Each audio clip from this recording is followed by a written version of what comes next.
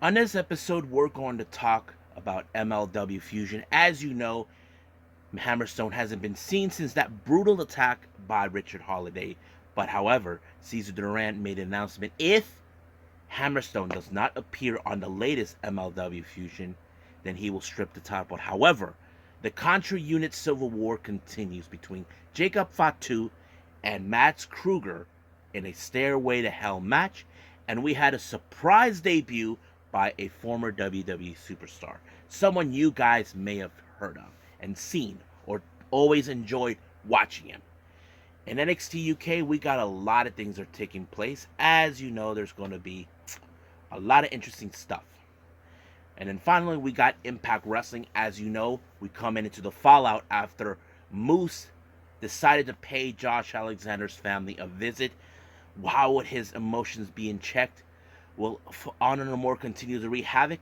But also, we have the Impact, the Knockouts Championship on the line in a street fight between Tasha Steelz and Mickie James. So we'll see who walked out. And also, we got some news updates that I feel we want to talk about. So, let's get ready for another episode of the Deleted Wrestle Zone.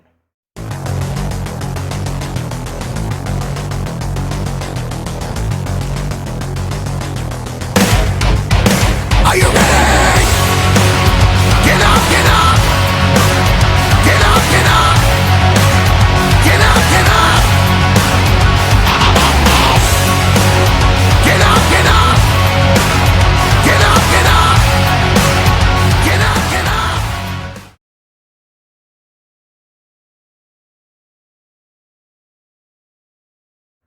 Welcome everybody to the Deleted Wrestle Zone, all things that it's pro wrestling with AEW, NXT, New Japan Pro Wrestling, Impact Wrestling, the National Wrestling Alliance, various promotions, wrestlers, matches, and championships. I am your host, Gerard here. So, let's begin with MLW Fusion 138. Now, last week we saw what happened. There was no whereabouts of Hammerstone after that brutal attack that he received from Richard Holiday after beating Davey Richards to retain the MLW World Heavyweight title. However, El Jefe decided to say if Hammerstone does not appear on the latest of Fusion episode, then he has no other choice but to vacate the title, which is something he definitely wants. Now, the match opened up with Bud Heavy. His opponent is the return of TikTok, Killer Kross. Now, I'm sorry I didn't mention him earlier, but it's a surprise. Yeah, folks, Killer Kross is back. Last time we saw him, we know he was beaten up by none other than King Mo. But to be honest with you, I would like to see Killer Kross take on Alex Kane because he was the last person that he was aligned himself with. But however, this match was so brutal, Killer Kross taunted Bud Heavy until Killer Kross whacked him in the back of the head, and referee had to stop the match, realizing he was no shape to continue. Now, as you know, the Von Erichs has lost the opportunity to get another shot of the MLW World Tag Team titles, all thanks to 5150. However, Ross and Marshall ran into a familiar face, someone that has shared history with their family, and that is none other than Ricky Morton and his son, Kerry. As you know, the Mortons and the Von Erichs know each other very well, and of course they're having a great time, and they just went out to eat some tacos. I mean, who doesn't love tacos? I know I do. Now, the MLW Insider reported this summer we're going to have the road to the MLW Women's Featherweight Championship. Now, we haven't been seeing that much of the women's division for that quite some time. Now, ever since I started watching MLW, I've always asked myself, will we ever see women's? And we had Priscilla Kelly made her debut. We even had Zeta Zhang. That's about it. But no one else after that we haven't seen until this year when we were seeing women making their appearance. It was a game changer, and I thought it was great. We knew that there was going to be a championship deciding. Now I've heard that they are currently building it right now. So I can't wait to see it. But I'm sure we're going to have a somewhat of a tournament to determine who will become the first ever MLW Women's Featherweight Champion. Now, as you know, Richard Holiday, his goal is to become the MLW World Heavyweight Champion. He was on his way to the ring until he was sneak attacked by Hammerstone. Now, the entire night he was beat up, chased by Hammerstone, and all this and that. Now, unaware to the El Jefe, he was busy talking to TJP, who wants a shot of the MLW World Middleweight title, and of course, EJ and Duca, who wants revenge on 51, 50, 40 tag titles. He gets a little message from one of his henchmen informing him that Hammerstone has arrived. Now, near the end of the entire episode, Hammerstone caught up to Holiday, ripping off his clothes, but Richard Holiday ran through the hills to the limo with his squeeze, Alicia Atout, and he took off. But I'm sure El Jefe is not happy to hear that he show up. Now, the real question does remain, what other plans does El Jefe have? Well, there's more to this that meets the eye. While all of this mayhem was happening, there was a scene where Savio Vega sneaked into El Jefe's office. Now, I don't know what he was looking for, but he took some money for a sandwich. However, that wasn't the bigger deal. The bigger deal was Microman. If you guys remember, this little midget who showed up in MLW, apparently Microman had discovered something so disturbing that he passed on the information to Savio Vega. Now, Savio was concerned.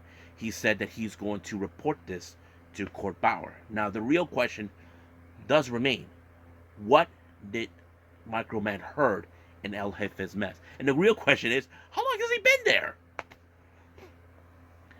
Now, as you know, Los Parks had a little comedy scene where they have like their own restaurant. As you know, in the past they had the thing called Los Parks, Cocina con Los Parks. This time they made food saying that all the food here in the U.S. is making people fat. But apparently some people saying that their food, they suck. But they got their asses whooped by them. If I were you guys, don't ever go to Los Parks restaurant and say their food sucks, because they're going to say you've been eating fat food. So I wouldn't eat there even if it kills me. Now, our next match, we have Garvin taking on the man, the myth, the legend, the vampire, Gangrel. Now, this match was more of a freaking brutal, bloody fight. He has this sight that he cut Garvin up using his fangs to beat him. Garvin had no chance against a guy like Gangrel, and I thought it was amazing how he took him on. I'm like, wow, I loved it. However, Garvin, you're another victim of the vampire. So Gangrel won. Now, our next match we have is, of course, the Stairway to Hell match. Max Kruger, who has a deep grudge against the Samoan werewolf, Jacob Fatu. These two have been going at it all the way to War Chambers. I mean, it was a freaking brutal match. These guys were on the verge of killing each other, but things were overturned when Ikaru Kwan showed up, gave like some sort of weapon to Kruger to whack Fatu out, allowing himself to win. So this time he got one up to him. However, it appears that Max Kruger, now if you guys remember, Joseph Samael, who was the leader of Contra, was nowhere to be found. Max Kruger had declared himself as the leader of Contra Unit. So apparently he's rebuilding Contra Unit. But the real question is, who will join? Will we see old faces like Simon Gotch or the Vari? I don't know. That all depends. So, I have to say, Contra Unit will be reborn. But however, will they be the same kind of mayhem that MLW had to deal with? Or will they go to war against everyone? And if that includes El Jefe, Cesar Duran? Well, we don't know. So, can't wait to see what's going to happen next week. But I believe it's time for me to shut up and move on to NXT UK.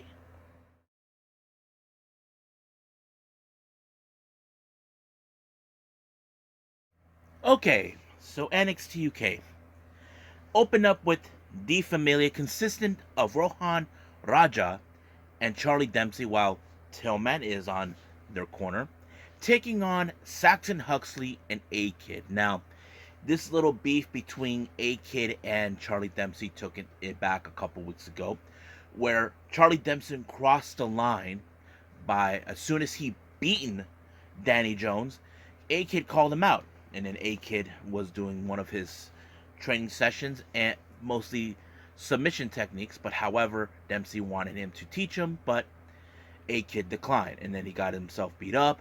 He had a one-on-one match against him, but however, that match was helped by Rohan Raja. So a week ago, he asked Saxon Huxley to be his partner. Now, things would have gone exactly Huxley and A-Kid's way, but the factor remained was Tailman. Now, while they were dealing with Rohan, Charlie Dempsey distracted the referee, while Tailman took out A-Kid. That allowed for Raharaja to take out Saxon Huxley, proving their dominance once again. So we'll see how far they're willing to go.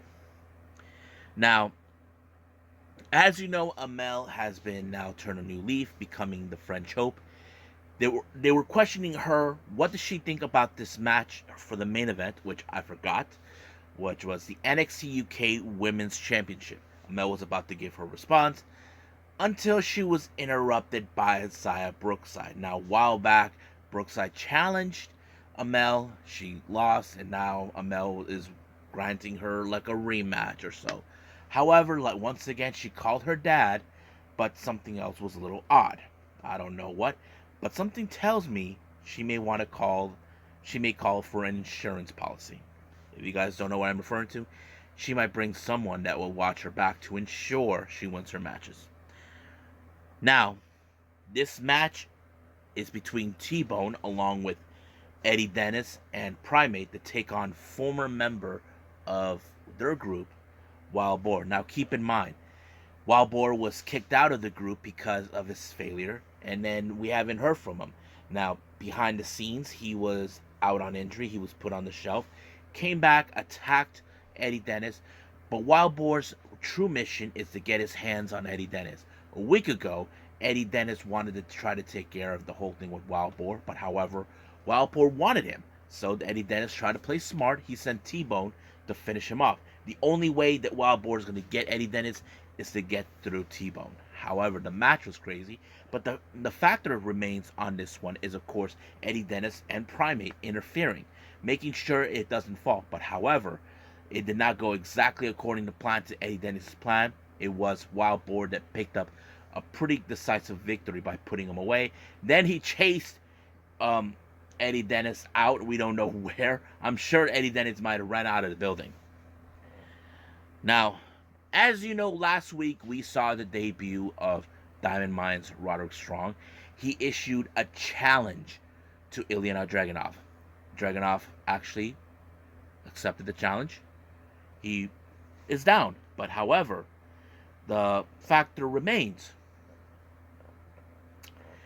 This is going to be a good challenge for Dragunov. He's not afraid of anybody, but as you know, he takes on the best challengers that the world has to offer, and Roderick Strong is no doubt one of those guys. And of course, Roderick Strong, we know why he's there. He wants to make a big money match and, of course, take home back to the US the NXT UK Championship. Now, we don't know the outcome, but that match will take place, I believe, in 2 weeks' time. Now, recently, Kenny Williams has been, if you guys know, he acts like a sadistic psychopath, thinking he can get away with things.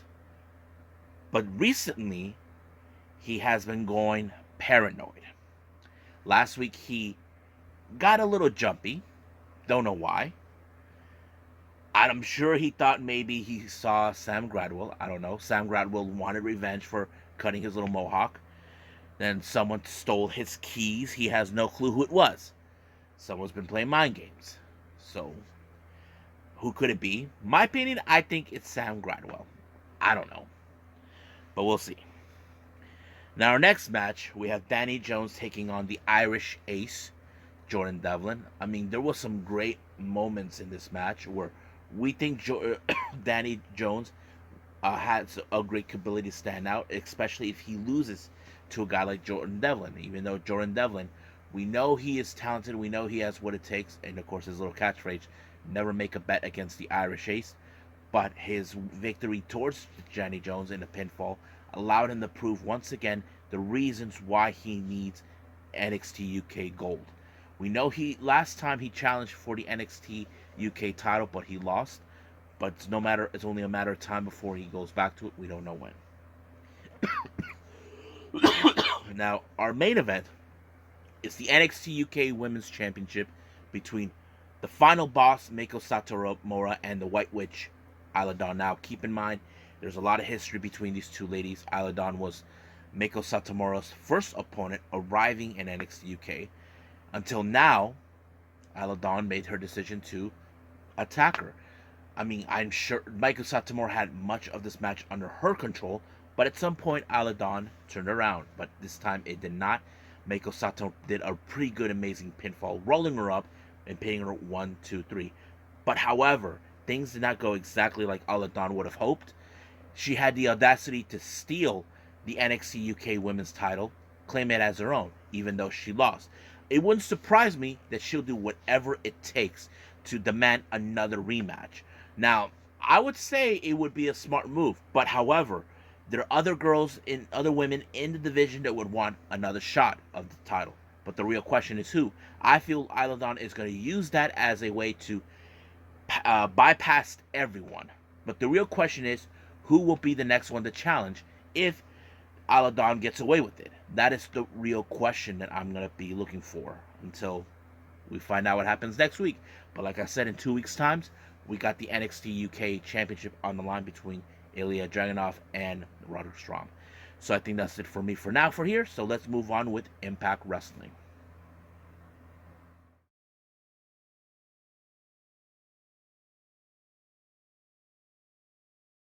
Okay, last I'm going to review is Impact Wrestling. It opened up with Josh Alexander heading to the ring to give out a promo. Now, if you saw what took place last week, Moose decided to take the contract for the Rebellion main event match for the Impact World title straight to Josh Alexander's home, where his wife was there and so was his son. Now, Josh was not happy with the result. Moose crossed the line in trying to do that. And Josh has been saying that he will get back his title, but Moose is 100% confident, believe that he will not succeed, and this time crossing the line about his son, saying that his son will no longer look at him as a role model, that he'll look at Moose as a true role model. That set Josh Alexander over the edge. He chased him down. He was about to toss him over the balcony. However, Madman Fulton stopped him. He might have paid a hefty price for that. But however, Moose got away.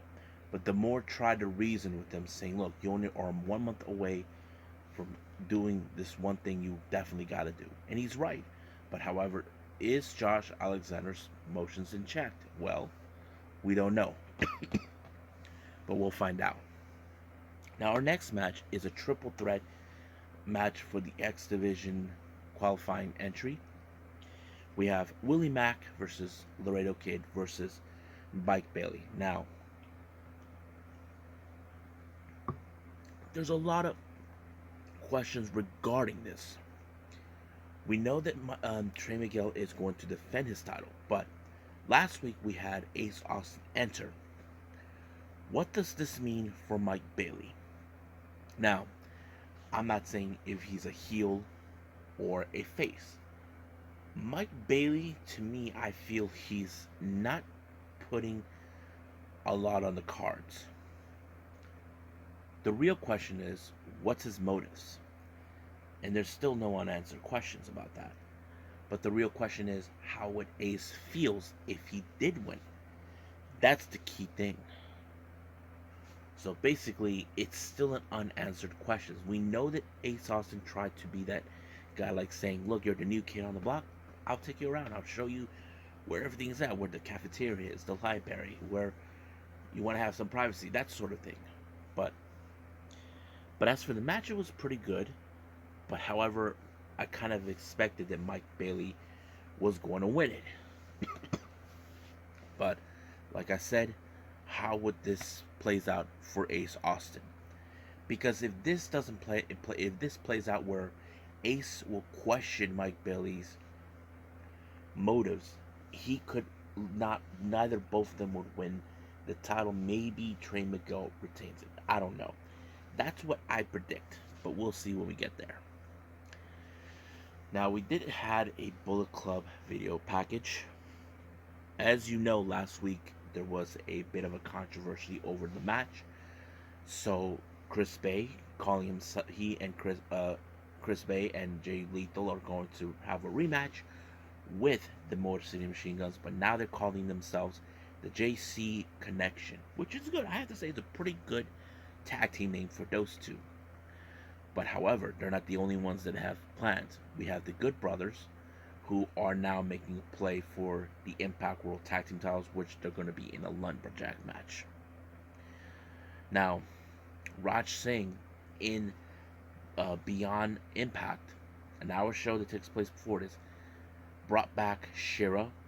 Shera made it a good impression, but however, Raj Singh has been trying to get Bhupender Gurja to side with them, but Bhupender had no interest. So this could be that he may build new enemies. So that's one of the key things that's being foretold. So he sent a direct message straight to Gurja. Now, Steve Macklin, we all know what's going on. He ended up in the match against Heath. It was very interesting where Macklin played a very interesting move where he set up Rhino. So basically, Rhino was thrown out from ringside, and that kind of puts Heath in the bad position. But however, it was Macklin that won the match. But once it was over, he got gored by Rhino, and I thought it was pretty good.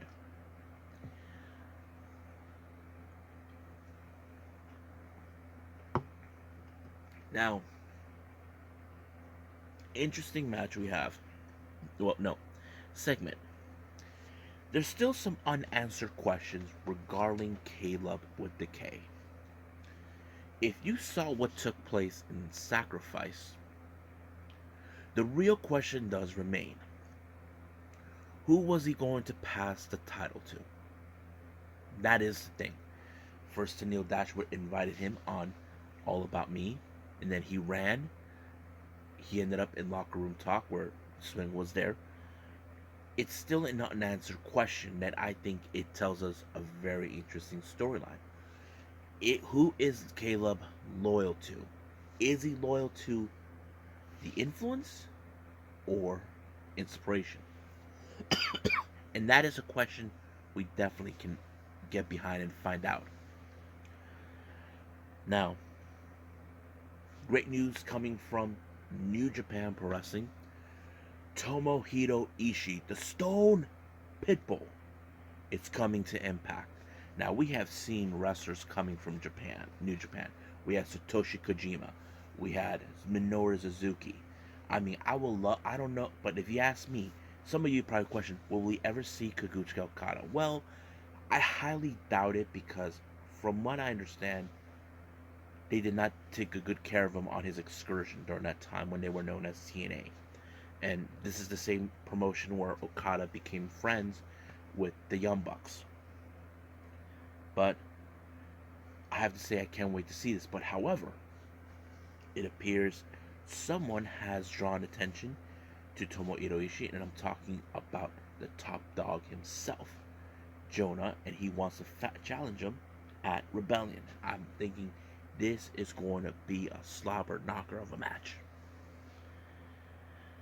Now, our next match, it's a lumberjack match for the Impact World Tag Team titles. We got the Good Brothers along with Bay and White taking on Violent by Design, Joe Dory, and Eric Young. This match was pretty good. It kind of put everybody in the same line in the Lumberjacks.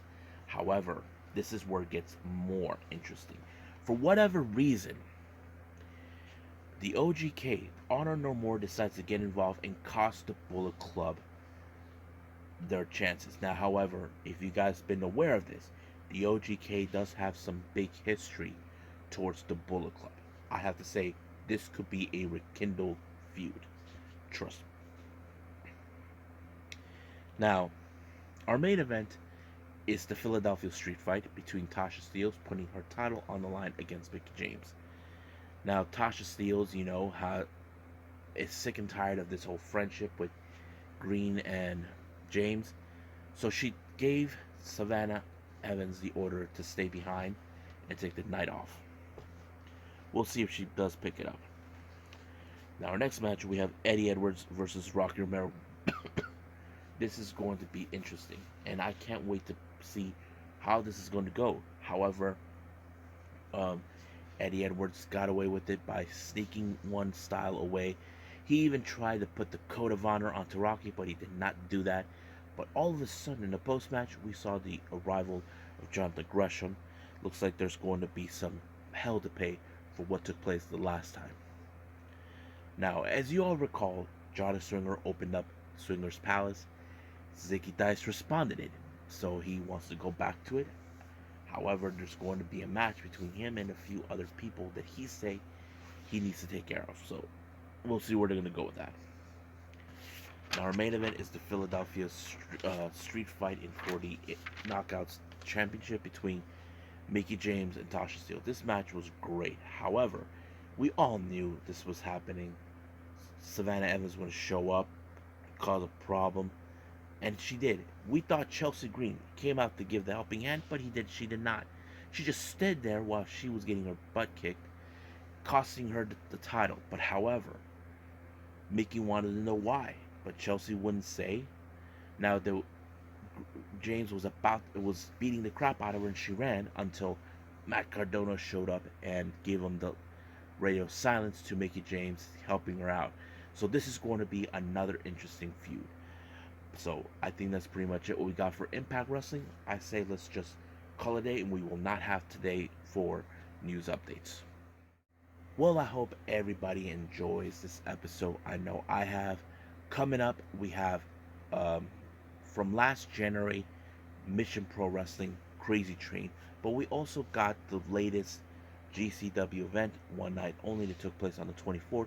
In that, we cannot forget AEW Rampage and NXT Level Up, which I'm excited to review for all of you. So, I'll see you guys in the next DWZ time. Same DWZ channel. I must bid all of you adieu. So, goodbye. Mwah. And have a nice day. Bang.